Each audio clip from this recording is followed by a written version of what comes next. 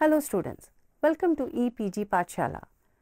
I am Dr. Anurekha Chari-Wagh, Assistant Professor at the Department of Sociology, Savitribai Phule, Pune University. I am coordinating the paper on Sociology of Gender. Today we are going to discuss the module Women and Development. In this module, we will focus on the relationship between growth and development. Further, we will have a detailed explanation of various approaches such as women in development, women and development, and gender and development. Therefore, we will see how the whole discourse of women and development has changed from welfare to economic self-reliance to efficiency to equality and finally to empowerment. Further, in this module, we will also look into the role of the state, especially in terms of designing policies in relation to women and development. We will also make a distinction between practical gender needs and strategic gender needs in relation to the issues of development within women. Further, we will also differentiate between top-down approaches to women's development and bottom-up approaches to women's development. And we will have a discussion in terms of Human Development Index and Gender Development Index. Genesis. Post-Second World War, the United States and its allies recognized the need for a program to spread the benefits of scientific and industrial progress to the two-thirds of the world, mostly erstwhile colonies. These nations were defined as underdeveloped countries required internal intervention to improve their conditions. Development initiatives began its journey. Soon foreign aid, including food aid and military aid, became a political tool used by the superpowers like USA and the USSR in a Cold War competition to influence the ex-colonial and non-aligned nations of the so-called Third World. With the collapse of state socialist model in the USSR and Eastern Europe in 1989, the American model of neoliberal capitalism became dominant. Growth versus development.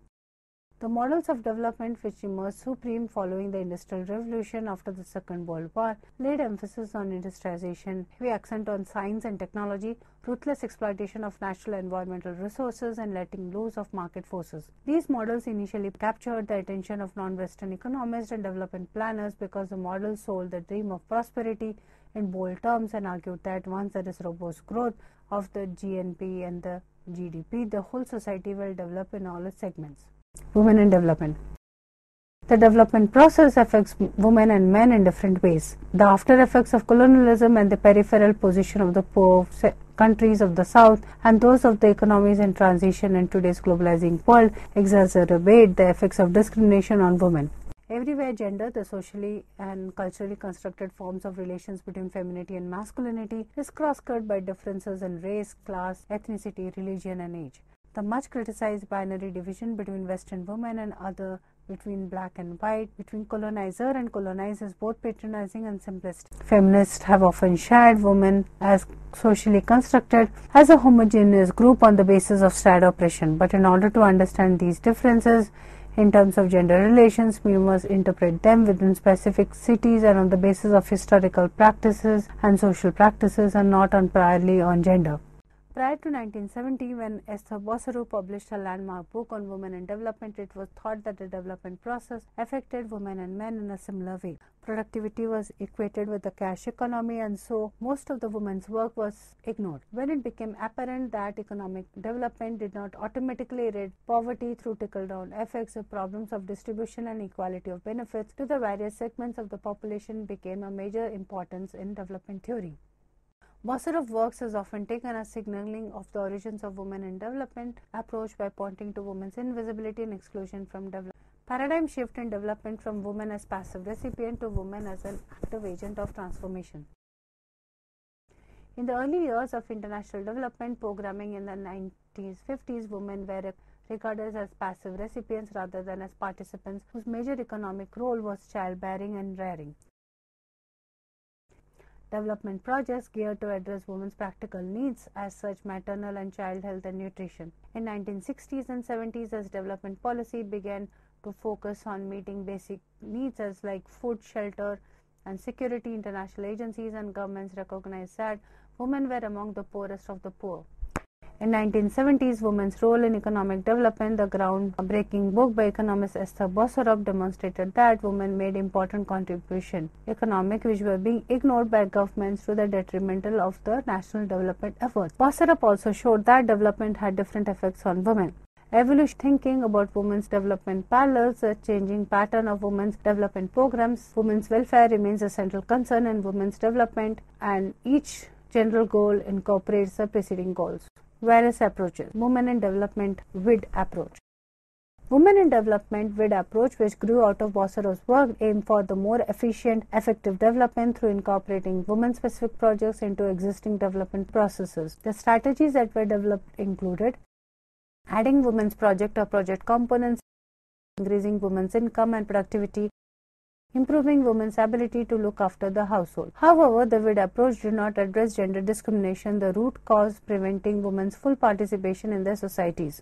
WID approach had in some cases unwanted consequences of depicting women as a unit whose claims are conditional on its productive value. It made the mistake of associating increased female status with the value of cash income in women's lives. Although the WID advocated for greater gender equality, it did not tackle the unequal gender relations and roles or the basis of women's exclusion and gender subordination. It did not address the gender stereotype expectations of men. Moreover, the underlying assumption behind the call for integration of the third world women within the national economy was that the women were not already participating in development, thus by downplaying women's role in household production and informal economic and political activities. WID was also criticized for its view on the fact that the women's status will improve by moving into productive employment, implying that the move to the modern sector need to be made from the traditional sector to achieve self-advancement. This further implies that the traditional work often occupied by women in the developing world were inhibiting to self-development. Women and Development WAD approach. In the late 1970s, women and development perspective developed in reaction to the omissions in WID. WAD proponents argued that women were already integrated into the development processes but on unequal terms. They pointed out that the development projects increase the demands on women without increasing access to resources or decision-making power, and in effect worked against women's interests. WAD argues that class structures were more oppressive than gender and that poor marginalized women had more in common with men of the class than with women of other classes. Criticisms.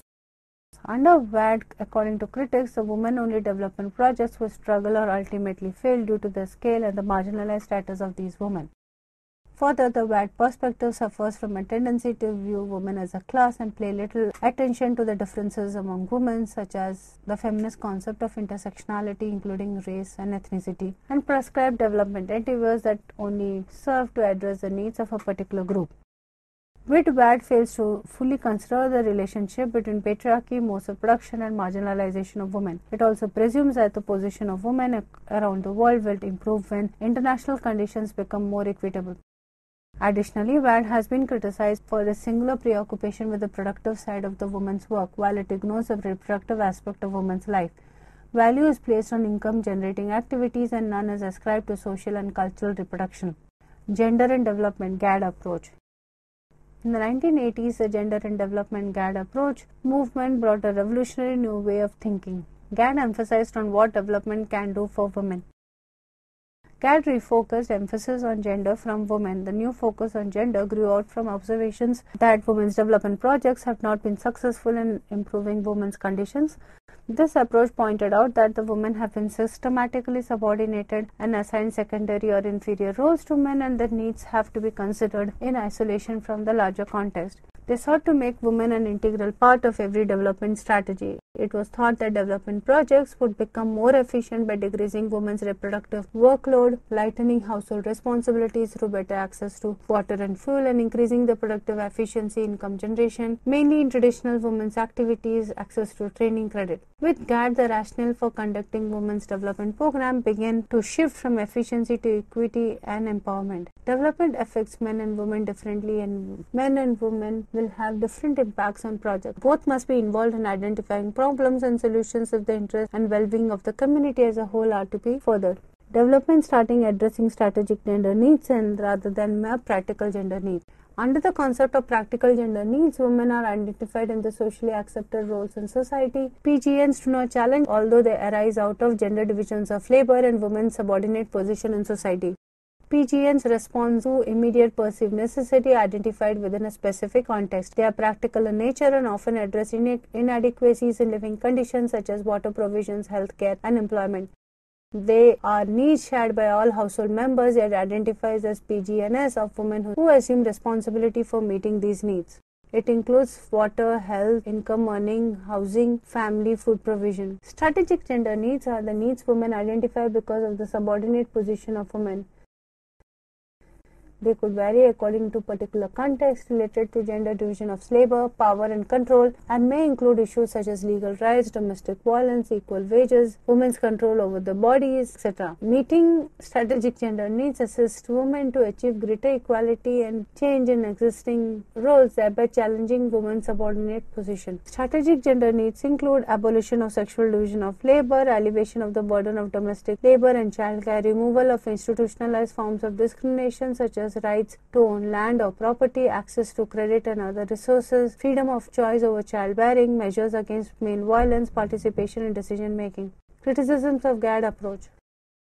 GAD has been criticized for emphasizing the social differences between men and women while neglecting the bonds between them and also potential for changes in the roles. GAD also does not dig deep into the social relations and so may not be able to explain how these relations can undermine programs directed at women. It can also does not uncover the types of trade-offs that women are prepared to make for the sake of achieving their ideals of marriage or motherhood.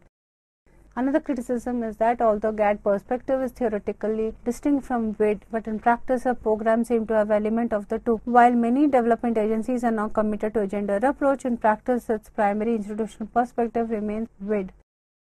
There is a slippage in reality where gender mainstreaming is often based on a single normative perspective as synonymous to women. Development agencies still advance gender transformation to mean better economic empowerment among women.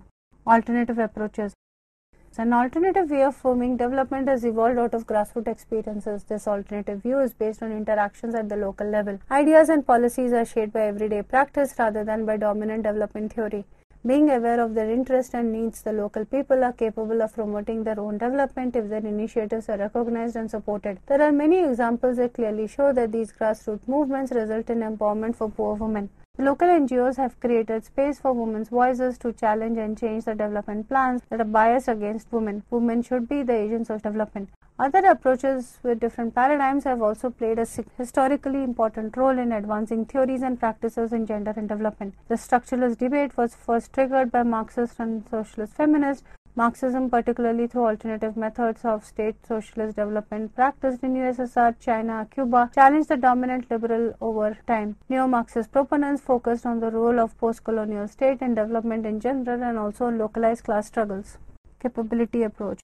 Capability approach is an approach to welfare economics conceived in 1980s. Amartya Sen brings in a range of ideas that are excluded from traditional approaches. The core focus of capability approach is on what the individuals are capable of doing. The approach emphasizes functional capabilities, that is, ability to live to old age, engage in economic transactions, or participate in political activities. These are constructed in terms of substantive freedoms people have reason to value instead of utility, happiness, desirement, and all are access to resources such as income, assets, and all. This approach is emphasized on the human well-being and the importance of freedom of choice, individual heterogeneity, and the multidimensional nature of welfare. Sen's concern for capability approach is that individuals can differ greatly in their abilities to convert the same resources into valuable functionings, beings, and doings. For example, those with physical disabilities may need specific goods to achieve mobility. Martha Nussbaum's account of capability differs from Sen and is motivated by the concept of human dignity. Access to these capabilities is required by human dignity, but it does not mean that a life lacking in any of these, whether from external deprivation or individual choice, is less than a human and life. Choice and deprivation are, however, different. If someone lacks access to these capabilities, for example, to be a well-nourished bodily health, that reflects a failure by society to respect her human dignity. If someone chooses not to take up her opportunities due to certain capabilities, for example, to adopt an ascetic lifestyle or fast for religious reasons at the expense of her bodily health, respecting that choice is also an aspect of respecting her dignity. The Human Development Index and the Gender Development Index, HDI and GDI. Amartya Sen's capability approach provided way for one of the most comprehensive development indicators, the HDI index, the Human Development Index developed by economics Mahbub-ul-Haq, is a composite statistic of life, education and per capita income indicators which are used to rank countries into 4 tiers of human development. Gender-based development index is an index designed to measure of gender equality. GDI, together with gender empowerment measure, when introduced in 1995 in the Human Development Report written by United Nations Development Program. The aim of these programs was to add a gender-sensitive dimension to Human Development Index. It addresses gender gaps in life expectancy, education and incomes. Millennium Development Goals. The Millennium Development Goals are the 8 international development goals that were established at the Millennium Summit of the UN in 2000 to mitigate gender imbalance and to usher in a world order by 2015. They are again rephrased under Sustainable Goals, which are 17. Sustainable Development. The term Sustainable Development was brought into common use by World Commission on Environment and Development in its seminal report on Our Common Future. According to the Commission, sustainable development is a development that meets the needs of the present without compromising the ability of the future generations to meet their own needs. This definition contains within it 2 concepts: the concept of needs, especially the essential need of the world poor, which overriding priority should be given, and the idea of limitations imposed by the state of technology and social organization and the environmental ability to meet present and future needs. Salient features of sustainable development. Some of the salient features: it is an alternative design for development which by definition should be environmentally benign and eco-friendly. The present generation should meet its needs without compromising the ability of future generation to meet their needs and ensure that productive assets are available to future generations are not unfairly diminished.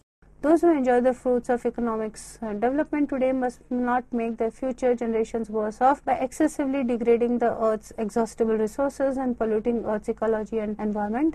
There is a symbolic relationship between consumerist human race and producer natural system.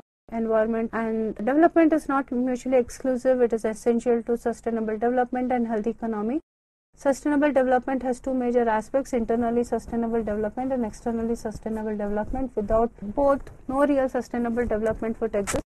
Sustainable development is accountable to the poor and ensure that poor should have adequate access to sustainable and secure livelihood. And finally, women's close proximity with nature often victimizes them during environmental degradation, as often they are the primary providers of the family. Due to this, often women take up the leadership in ecological movements, and women's participation in Narmada and Chipko movement proves that. In conclusion to the Women and Development module, we have discussed about how Millennium Development Goals, especially Millennium Goals, is related to women's development, and also how Sustainable Development Goals is also in a way directly related to the whole issue of women's development. We have also theorized sustainable development. Further, we have focused on the role of government and in terms of NGOs in terms of designing the various approaches towards women and development. Further, we have looked into the interlinkages between development, environment, sustainable growth, gender justice. Further, we have also looked into the importance of access of resources, especially in terms of credit, technology and in terms of decision making power. At the end, we have concluded with the argument that we need to make development process more participatory so as to enhance women's role within the whole development process. Thank you.